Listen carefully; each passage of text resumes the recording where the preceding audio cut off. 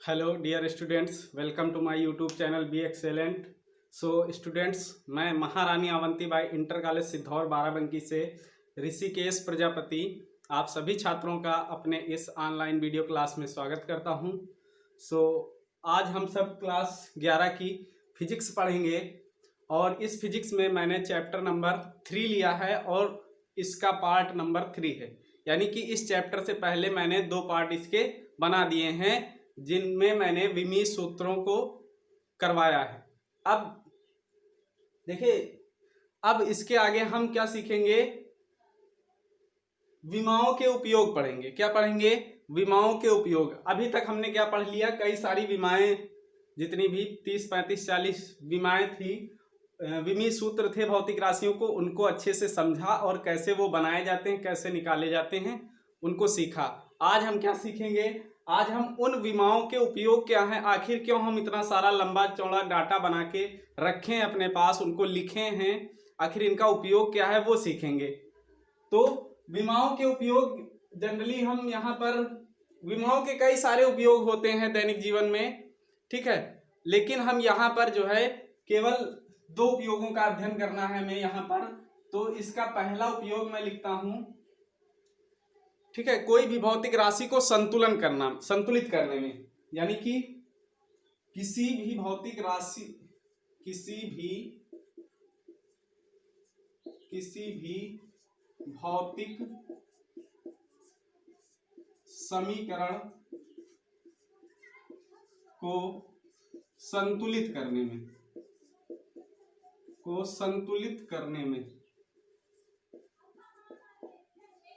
ठीक है, किसी भी भौतिक समीकरण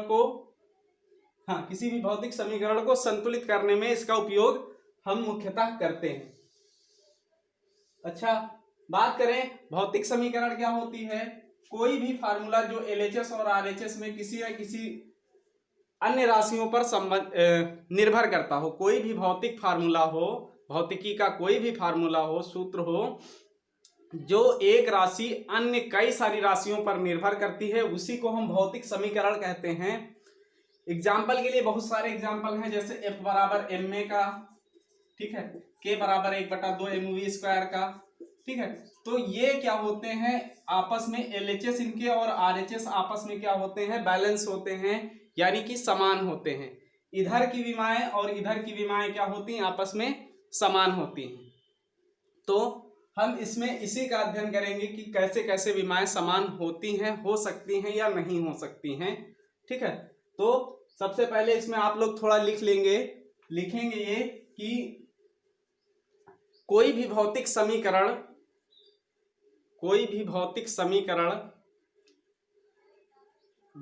आपस में विमाओं द्वारा संतुलित होनी चाहिए। कोई भी भौतिक समीकरण अपने आप में विमाओं द्वारा संतुलित होनी चाहिए। जैसे कि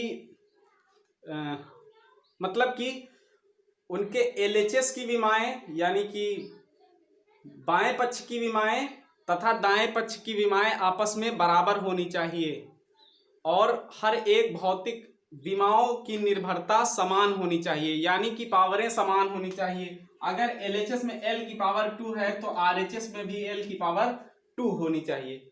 यानी कि हम कह सकते हैं कि कोई भी भौतिक समीकरण है वो अपने आप में भौतिक विमाओं द्वारा संतुलित होनी चाहिए, यानी कि उसकी एलएचएस की विमाएं और आरएचएस की विमाएं आपस में बराबर होनी चाहिए, ठीक है। तो एग्जाम्पल इतना आप लोग 1-2 लाइन में जैसे भी आप इसको समझ पाए उसको लिख लेंगे कि विमाओं द्वारा संतुलित होनी चाहिए। उसके बाद हम कोई एग्जाम्पल उठा के देख सकते हैं। जैसे हम बात करें, जैसे उदाहरण के लिए एक हम पढ़ रखे हैं पलायन वेग, इसको बोलते हैं पलायन वेग, √2gh होता है। क्या होता है? पलायन वेग √2gh। आगे चल के ये फार्मूला आप पढ़ेंगे। अब यहां पर देखिए, इनके हम दोनों पक्षों की विमाएं लिखते हैं, दोनों पक्षों की विमाएं लिखते हैं। तो v है, चूंकि ये वेग है, इसको क्या बोलते हैं? पलायन वेग, ठीक है, पलायन वेग। क्योंकि ये वेग है, वेग देखिए किसी प्रकार का भी हो, चाहे पलायन वेग हो, कक्षीय वेग हो, कोणीय वेग हो, कोई किसी भी प्रकार का वेग हो, तो उसकी विमा जनरली होती क्या है, LT-1 ही। ठीक है, तो इसके बाएं पक्ष की विमा LT-1 है। हम देखते हैं क्या दाएं पक्ष की भी विमा जो है LT-1 होगी। तो इसके लिए देखिए यहां पर जो √2 है ये तुम्हारा एक कांस्टेंट है, इस पर विमेय सूत्र का कोई प्रभाव नहीं पड़ेगा। ठीक है, तो उसके बाद जो G है तुम्हारा रूट के अंदर इसको अलग कर सकते हैं और H को भी अलग कर सकते हैं। तो LT-1 इक्वल टू G जो है हमारा, G क्या है, G तुम्हारा त्वरण होता है। तो त्वरण की विमा क्या होती है, LT-2 और इसकी पावर कितनी लगी, 1/2। बात समझिए, LT-2 अंडर रूट का मतलब क्या होता है, पावर 1/2। ठीक है, और H के ऊपर रूट लगा, H की विमा क्या होती, L, इसकी भी पावर 1/2। ठीक है, तो यहां से LT-1 इक्वल टू, ध्यान दीजिएगा, ठीक है, इधर से कितना हो जाएगा, L की पावर 1/2 यहां से, L की पावर 1/2 यहां से, तो यानी कि L की इसको हम फाइनली लिख सकते हैं L² T-2 की पावर 1/2। ध्यान दीजिए यहां से L और L कितना हो गया, L² हो गया और T-2 लिखा है, दोनों की पावर 1/2 थी, तो 1/2 पावर बाहर लग गई। ठीक है, अब यहां से हम क्या लिख सकते हैं, LT-1 इक्वल टू, अब देखिए जो L² है, ठीक है, ये पावर दोनों के साथ जाएगी तो गुणे 1/2, घात के ऊपर घातें होती तो घातों का क्या होता है, गुणा होता है। ठीक है, यहां से T-2 की पावर 1/2, ये 2 से 2 कैंसिल आउट हो जाएगा और यहां पर 2 से 2 कैंसिल आउट हो जाएगा। इधर LT-1 है, इक्वल टू में भी क्या बचेगा, LT-1 ही बचेगा। तो यहां से हम क्या देखते हैं, LHS बराबर RHS, क्या आता है, LHS बराबर RHS। तो हमने क्या देखा कि जो हमारा पलायन वेग है V बराबर √2GH से बंधा हुआ है, इसके दोनों पक्षों की विमाएं क्या होती हैं, आपस में संतुलित हो जाती हैं। इसके दोनों पक्षों की विमाएं क्या होती हैं, आपस में संतुलित हो जाती हैं, यानी LHS की विमाएं और RHS की विमाएं आपस में संतुलित हैं। तो इसलिए ये हमारा जो भौतिक समीकरण है V बराबर √2GH, ये एक सही फार्मूला है। मीन समझ रहे हैं ना, यानी कि कोई भी फार्मूला सही है या गलत है, कोई भी सूत्र आपको पढ़ा दिया गया, आप उसकी जांच कैसे करेंगे कि ये सूत्र वाकई में सही ही है, या किसी बुक में आपने कोई सूत्र पढ़ा तो उसकी जांच कैसे करेंगे कि ये सही ही है। तो उसके लिए हम विमाएं रखकर दोनों साइड की चेक कर लेते हैं कि दोनों साइड की यदि विमाएं समान आ रही हैं तो वो भौतिक समीकरण सही होगा, यानी भौतिक सूत्र सही होगा। मीन्स समझ पा रहे हैं ना आप, ठीक है। तो इस तरह से विमाओं का उपयोग हम यहां पर सीखे कि किसी भी भौतिक समीकरण को हम कैसे जांच कर सकते हैं उसकी, ठीक है। तो इसको आप लोग कॉपी पर लिख लेंगे, ठीक है, और समझ लेंगे। इसी तरह से आप कई सारे एग्जाम्पल ले सकते हैं। मान लो चलो कोई एग्जाम्पल लिया जाए,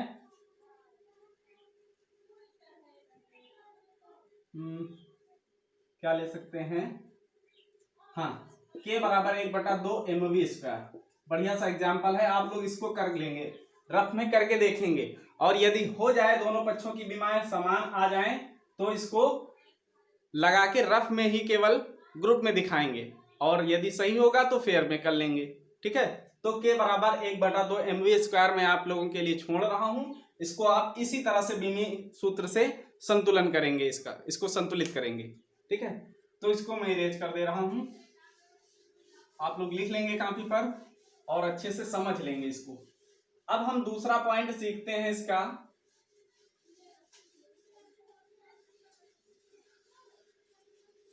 अब इस हम विमाओं के उपयोग का दूसरा उपयोग क्या होता है वो सीखते हैं। दूसरा उपयोग होता है विभिन्न भौतिक राशियों में संबंध स्थापित करना। दूसरा उपयोग क्या है, विभिन्न भौतिक राशियों में संबंध स्थापित करना। विभिन्न भौतिक राशियों में संबंध स्थापित, केवल हमको यहाँ पर इसके दो उपयोग पढ़ने हैं, ठीक है। विभिन्न भौतिक राशियों में संबंध स्थापित करना, ठीक है। विमाओं के उपयोग कई सारे होते हैं, लेकिन यहाँ पर हमको हम केवल दो ही उपयोग पढ़ने हैं, ठीक है। एक तो हमने पढ़ लिया, और अब ये दूसरा हम सीखेंगे, विभिन्न भौतिक राशियों में संबंध स्थापित करना, ठीक है। तो संबंध कैसे स्थापित कर सकते हैं, आइए देखते हैं। जैसे हमको कोई भौतिक राशि पता हो, और केवल इतना पता हो कि यह भौतिक राशि अन्य किन किन राशियों पर डिपेंड करती है। मीन समझ पा रहे हैं ना। जैसे हम बात करें किसी, जो अभी हमने फार्मूला लिखा k बराबर 1/2 mv², इसका फार्मूला लिखा ना। अब यहां पर बात समझिए, अगर इसी के हम एग्जाम्पल, हाँ इसको समझें, तो अगर हमको पता हो कि k जो है डिपेंड करता है, प्रोपोर्शनल में होता है किसके m के और v के, ये चीजें हमने यहां से सीखी, लेकिन हमको इसका एग्जैक्ट फार्मूला नहीं पता है। मीन समझ पा रहे ना। k जो है हम ये जानते हैं कि m और v दो भौतिक राशियों के द्वारा सूत्र से बंधा होता है, ठीक है। लेकिन इसका एग्जैक्ट फार्मूला जो 1/2 mv² है, ये हमको नहीं पता, ठीक है। तो भौतिक यानी कि विमीय सूत्र की सहायता से हम इसका एग्जैक्ट फार्मूला कैसे निकाल सकते हैं, ये हम इस हेडिंग में सीखेंगे। मीन समझ पा रहे हैं ना। कोई भौतिक राशि किन्हीं अन्य भौतिक राशियों पर डिपेंड है, लेकिन वो किस प्रकार डिपेंड है, उसका एग्जैक्ट फार्मूला क्या है, ये हमको नहीं पता, तो हम विमीय सूत्र की सहायता से उसका एग्जैक्ट फार्मूला ज्ञात कर सकते हैं। आइए देखिए कैसे। मान लेते हैं, चलो इसको आप लोग कर लेना, इसको हटा देते हैं, कोई सा एग्जांपल ले लेते हैं। एक हमारे पास होता है आवर्तकाल, ठीक है। थोड़ा सा आप पहले लिख लें, है ना, लिख लें कि हम विभिन्न भौतिक राशियों के बीच हम एक मिनट, सॉरी ऐसे नहीं लिखेंगे। यदि हमको ज्ञात हो कि कोई भौतिक राशि किन्हीं अन्य भौतिक राशियों पर निर्भर है।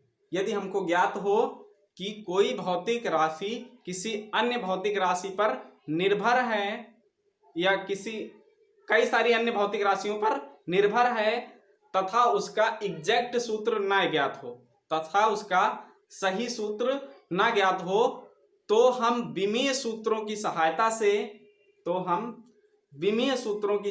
से उस भौतिक राशि का सही सूत्र ज्ञात कर सकते हैं, ठीक है। अगर भाषा कुछ टूटी फूटी लग रही हो तो आप अपने हिसाब से लिख लेंगे, है ना। कहने का मतलब यही है कि एक भौतिक राशि हमको ज्ञात हो कि वो अन्य कितनी भौतिक राशियों पर डिपेंड है, ठीक है, लेकिन उसका हमको सही सूत्र नहीं ज्ञात है, तो विमीय सूत्र की सहायता से हम क्या कर सकते हैं, उसका सही सूत्र निकाल सकते हैं, ठीक है। तो देखेंगे कैसे। माना नहीं, ये होता ही, मानना क्या है इसमें, ठीक है। हम जानते हैं कि लिखेंगे हम जानते हैं कि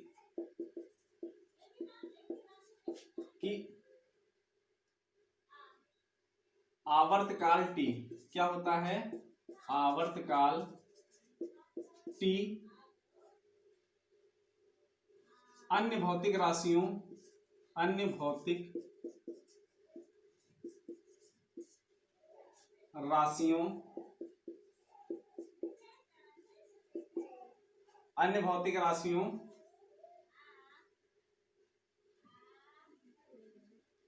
अन्य भौतिक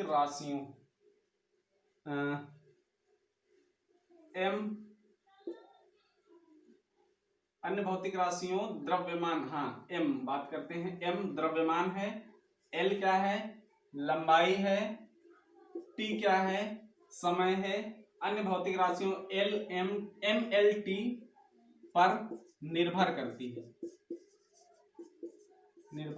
करता है, ठीक है। हमने क्या मान लिया, इसको माना लिख सकते हैं, है ना, क्योंकि हम मान सकते हैं कि ये हमने माना है क्योंकि हमको ज्ञात नहीं है कि ये इस पर निर्भर ही करती है कि नहीं। ठीक है। हाँ, एक चीज ये भी याद रखेंगे कि हमको पता हो चाहे ना पता हो कि इस पर निर्भर करती है कि नहीं, हम ज्ञात कर सकते हैं। ठीक है। हम कोई भी फार्मूला उठाएं, हम उसको जनरली कह सकते हैं कि वो निम्नलिखित मूल राशियों पर निर्भर करती है, उसके बाद निकालेंगे वो ऑटोमेटिक जीरो हो जाएंगे। जिस पर वो निर्भर नहीं करती होगी वो ऑटोमेटिक क्या हो जाएगा, जीरो हो जाएगा। ठीक है। तो हमको क्या है कि पता हो चाहे ना पता हो कि ये इस पर निर्भर करती है या नहीं निर्भर करती है, हम एज्यूम कर लेंगे, मान लेंगे। अगर वो इस पर निर्भर करती होगी तो उसका लास्ट में कुछ मान आएगा, अगर निर्भर नहीं करती होगी तो लास्ट में वो जीरो हो जाएगा। ठीक है, इतनी सी बात। तो यहां पर हम t बराबर यानी t, अब हम क्या करते हैं, अब दोनों पक्षों की विमाएं लिखने पर, दोनों पक्षों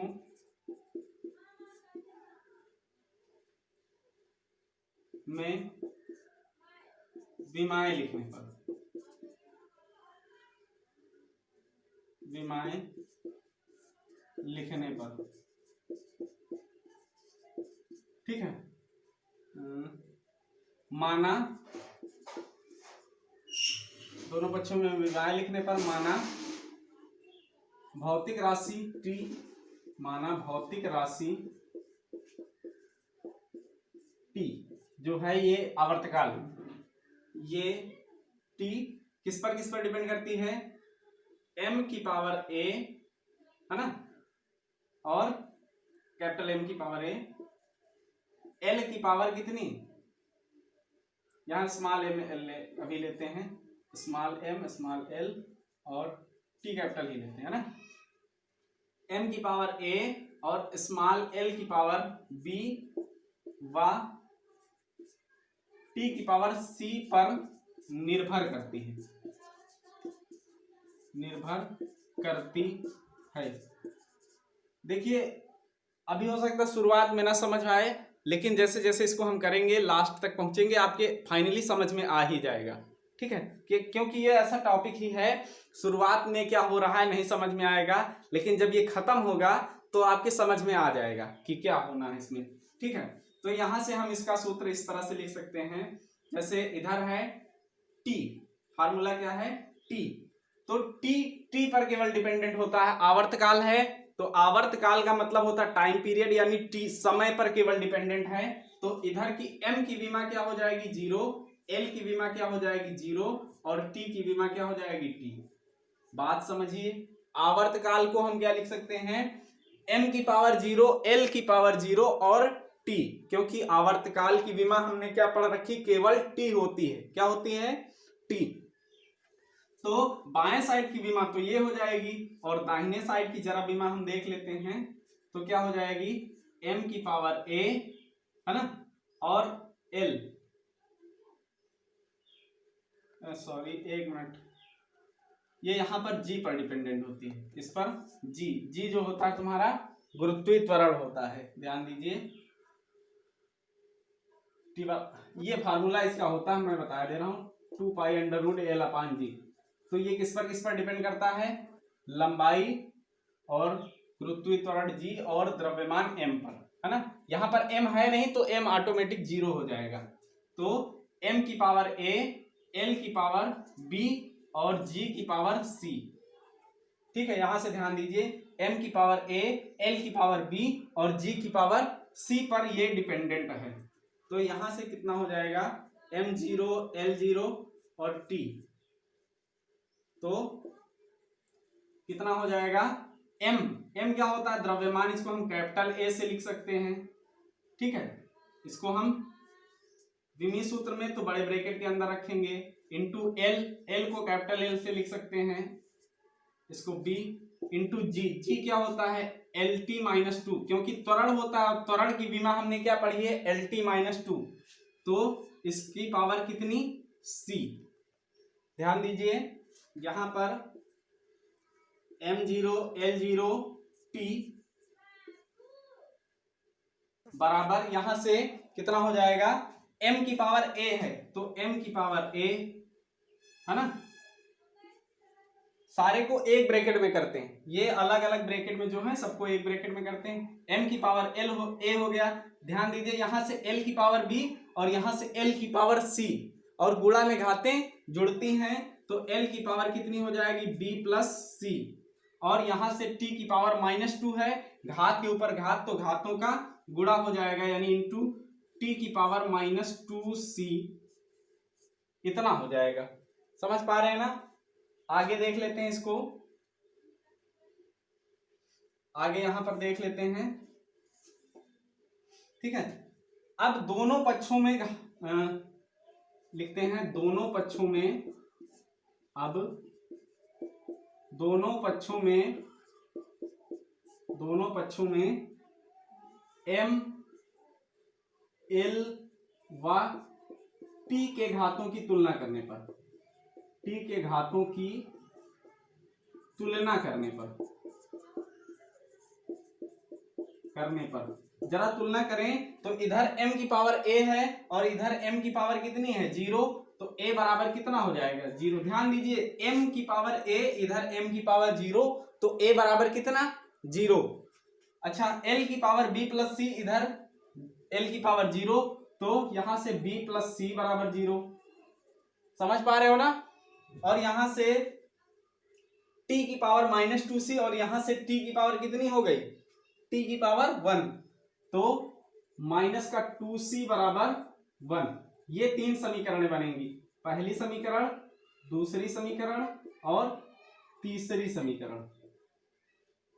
ठीक है, 3 समीकरण बनेंगी। a बराबर 0, b प्लस c बराबर 0, -2c बराबर 0। ठीक है, तो a तो 0 हो गया, यानी कि m जो है इस पर डिपेंडेंट नहीं है, देखिए m है भी नहीं इसमें। ठीक है, अच्छा अब बात करते हैं हम किसकी, इसकी b प्लस c की। तो b प्लस c अभी रहने देते हैं, -2c बराबर 1 है, तो समीकरण 3 से क्या आ जाएगा, समीकरण 3 से कितना आ जाएगा, c बराबर माइनस का 1/2। c बराबर कितना आ जाएगा माइनस का 1/2, और c अगर इसमें -1/2 रखें तो b कितना आ जाएगा, रखें समीकरण 2 से, समीकरण 2 से कितना हो जाएगा, c की वैल्यू -1/2 रखें यानी कि b और -1/2 बराबर 0, तो दिस इंप्लाई करके b बराबर कितना हो जाएगा 1/2, यानी b कितना आएगा प्लस का 1/2 और c कितना आएगा माइनस का 1/2। ठीक है, तो हम इधर अब रख देते हैं इनको। एक मिनट, थोड़ा सा मैं यहां पर इरेज कर दे रहा हूं, आप लोग इसको लिख लेंगे।